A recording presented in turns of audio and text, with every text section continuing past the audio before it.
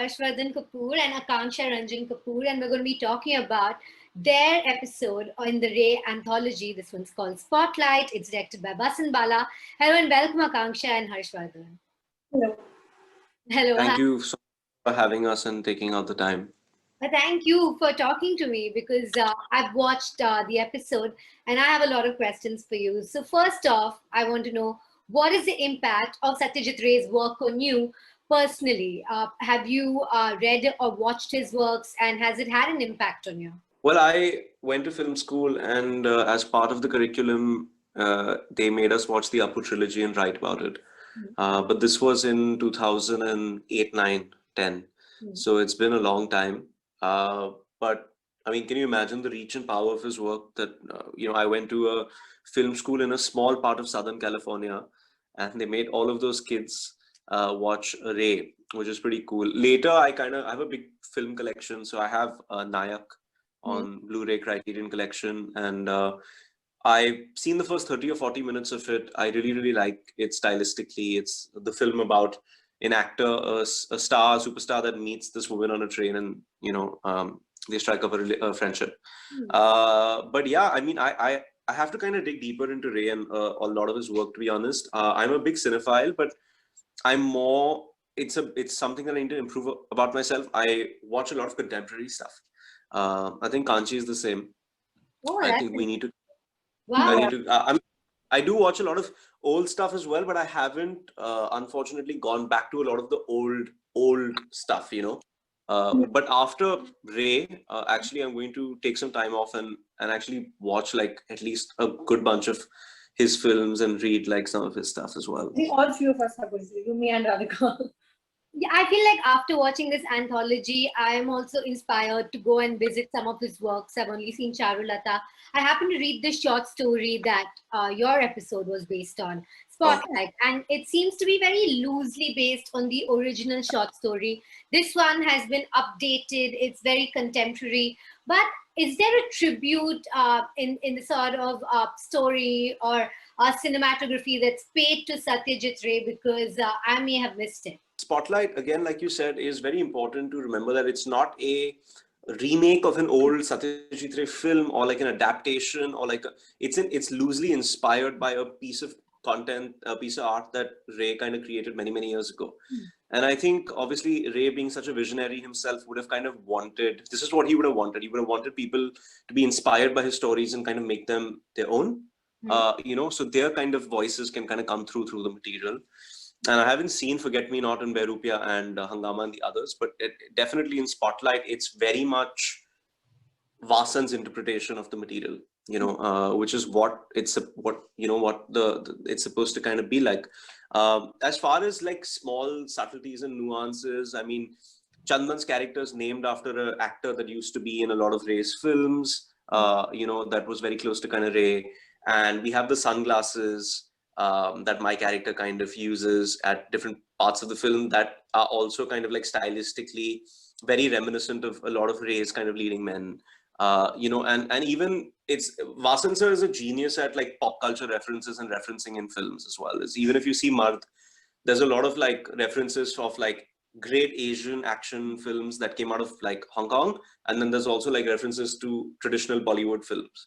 And to Tarantino as well. It's an amalgamation of so much. He really is a film buff, and it really comes through. And I think you feel so inadequate when you're having a conversation for him because every sentence is referencing some old film, some classic, some legend, and I'm just trying to keep up. And I was like, oh my God, so this is overwhelming.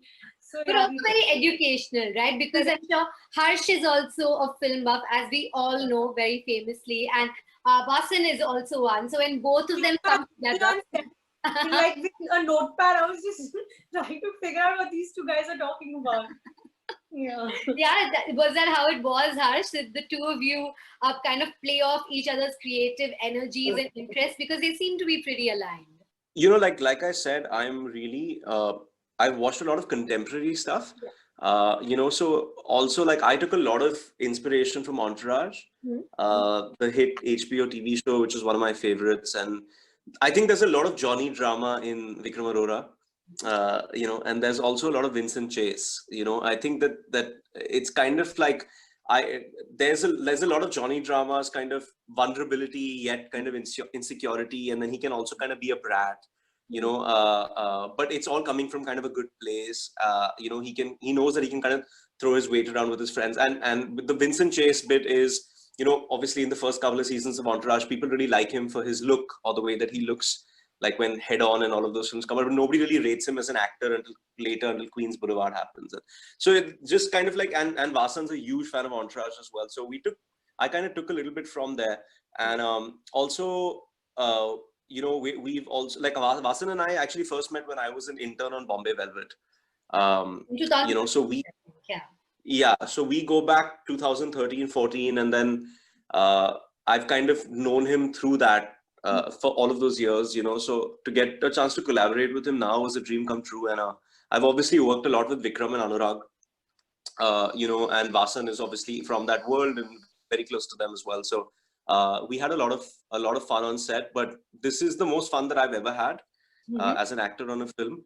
And we were literally trying not to laugh in takes, and I remember there was monitor and literally chokes cracking out, like he's just vibrating and laughing. Like there's this one scene where I'm towards the end of the film. I don't want to reveal too much about the plot, but I'm asking Chandan for a favor. And I'm sitting on a chair and I have like a face mask on and I'm looking absolutely ridiculous. And I turn to Chandan and I'm like, I need something from you. And Chandan is just so funny, man. He's like one of the funniest people. And I'm laughing like uncontrollably. And I'm seeing Vasan from the corner of my eye. He's like just like shaking, like just cracking up. And I can see Ishit is the DOP who's handling camera, and the camera's kind of going up and down laughing. And then he calls cut, and Ishit literally gives the camera to the camera operator who's on the floor, like laughing, and we're all just like flat out, So I would love to see the behind the scenes of that one. And you mentioned your real life inspiration as Vincent Chase, but considering this is set in Bollywood, do you have any real life inspiration as well? Not really. When Vasan kind of spoke to me, he said that this character has kind of seen the superstardom of somebody like Vijay Deverakonda, like he's seen that level of kind of like superstardom, which I have not seen at all in my career. So to just kind of try and put myself in those shoes, because as you know, within the film Spotlight, Vic is quite famous with the masses, and he's done the quintessential Bollywood films like Ruk Ruk Ruk, etc. And he's shooting for Chidiyagarh within Spotlight, which is again like very Bollywood. So I just kind of got to kind of live out what that stardom could maybe feel like, and then within that kind of brought a lot of myself, a lot of Johnny Drama, a little bit of Vincent Chase, and a lot of like Vasan's kind of inputs and stuff. And I kind of try, and it's always kind of a combination of things that hopefully kind of bring you closer to where you need to be in order for people to feel something. Interesting. And Akansha, your character is somebody who's dating this superstar. You are close to the film industry. You're part of the film industry as well. Have you ever shared the frustrations of your character? I don't think till that very scene, Vic frustrates Anuya, if you know what I mean. Yeah. So all these insecurities and all these, don't read the review, but I want to read the review. I think everyone goes through that. That's part and parcel of the game, right? So they're not frustrations as much as, but obviously, apart from that, I think the whole blow up, I know of people who behave this way. I know of this human being, these actors who are all up in their heads and insecure and at this point of their career where they're just like grasping at straws. But personally, I have not dealt with anybody like that. You're lucky. Yeah. Okay, you're lucky or very nice and diplomatic. I don't know which one that is. Harsh, what about you? I feel like already in AK versus AK, you are having a lot of fun with the character that you played. And I feel like the inside jokes continued with Spotlight. Yeah, it was kind of interesting in a way, because I went from doing a meta film, like a super meta film, to like a film that's kind of fictional, but also is like very meta at the same time, So I was like, my life is a film within a film within a film within a film.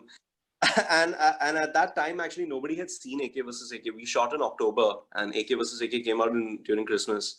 So yeah, I was going crazy because I was living with these two secrets. One was AK versus AK, and one was Spotlight, where, I mean, you just kind of want to share these films with the world because they're so unique and special. And I think for anybody that loves movies in the process of filmmaking, they'll kind of like really get into these films and enjoy them. But yeah, I had a lot of fun with my scenes on AK versus AK, but I did feel a lot of pressure as well, to be very honest with you. Because people often don't see the preparation. They don't see, they only see you do the two scenes or the three, on screen. But when I got the material from Vikram, I was like, dude, I don't know how I'm going to do this. It was like a 6-7 page monologue with these two towering personalities, Anil Kapoor and Anurag Kashyap. And, when you're not the leading actor and you're in a film very briefly, there's always the risk that you can just get cut out of the film, like honestly, like, because the thing is, Vikram and stuff, they're like really masters of their craft, and the film always comes first. So I knew, and I've worked with him before in Bhavesh, so I know how he, how much he cares about the film. And I knew at that point in that sequence, if that scene didn't work, I was going to get the call saying, bro, I'm sorry you didn't make the edit. So I was just like living with that fear. And I think that fear just drove me mad. Like I took that scene and I went to my acting coach, Jeff Goldberg, and I literally spent 4 days a week with him for a month. And we just did the dining table scene and the monologue. And we kind of really wanted to have a lot of fun with it. And again, kind of like Spotlight, is I prepared to such an extent that I think improvisation only comes from preparation. Yeah. I think you can't really go there like completely blank and just Very expect profound. to like Yeah. improvise. Yeah. So And yeah. especially in Spotlight, I found there were some scenes where you really had to let go and you had to give yourself completely to that scene. Especially the one where my boy, and you were repeating that line a few times. Hollywood audition. Yes. Was that tough for you? Like, I feel like watching it on screen, I feel like an actor would have to be very uninhibited to have to do that. You have to just completely surrender to like, first when I read that scene, I was terrified, I was like, this guy's trying to put on an American accent and he's just saying something that's so ridiculous. And this is going to just be like, people are going to be like, what is he doing? Like, we think he's crazy anyway, now he's crazy for sure, But the thing is, that's where you trust a director like Vasan Bala to be able to kind of, make sure that it tonally and fits in with the rest of the film and it feels cohesive. So with that particular scene, I prepared a lot, Shilpa, I'm not going to lie. I worked a lot on the accent, but I didn't want the accent to be too accurate, but I wanted it to kind of be like, he's trying really hard to get it right and it's working, but then it also sounds really Indian, So that kind of balance. And we also kept shooting it in different locations. So we shot it in the hotel room. We went in the elevator, we shot it in the lobby, then we shot it by the pool. We shot myself looking at my reflection in the pool and just on the buggy, So Vasan was just like, this is where he's completely descended. And at that point, he just handed it over to me. He was like, here's the DOP, here's the camera, I'm calling action. It's a single camera setup and Ishit is just going to keep rolling with you and you just do whatever you want. And you have to just, like you said, you have to be completely uninhibited. But just to conclude, I actually find that sometimes when you are very external with your performances and you have the opportunity to do like this scene or the monologue in AK versus AK, when you get it right, there's an instinct where you like, okay, that worked, But I think when you're doing the more restrained stuff like Bhavesh Joshi, where you're taking the performance out of it completely and you're just trying to be as real as possible and react to people as naturally as possible, that's a lot harder, I feel, because people can interpret it as it's flat, or you're not doing anything, or you're not acting. But I think that requires a great amount of security and trust to just exist in the environment naturally without like saying, oh, I'm an actor and I'm going to perform for you now, and so that's kind of what because I think with Mirza and Bhavesh Joshi, they're a lot more internal and withdrawn. And with AK versus AK and Spotlight, they're much more like external and, as the characters are written. So I'm actually a lot more insecure when I do the more subtle parts. Okay. So it's a common. You nailed the external ones. Sorry. You nailed the external ones for sure. I think, yeah, you really did. And I have to ask, anything about religion could be viewed as contentious in these times when people are so easily offended. When anything is made that talks about religion. Was that a consideration for you while reading the script? Not for me. That was like Sir's problem and our platform's problem.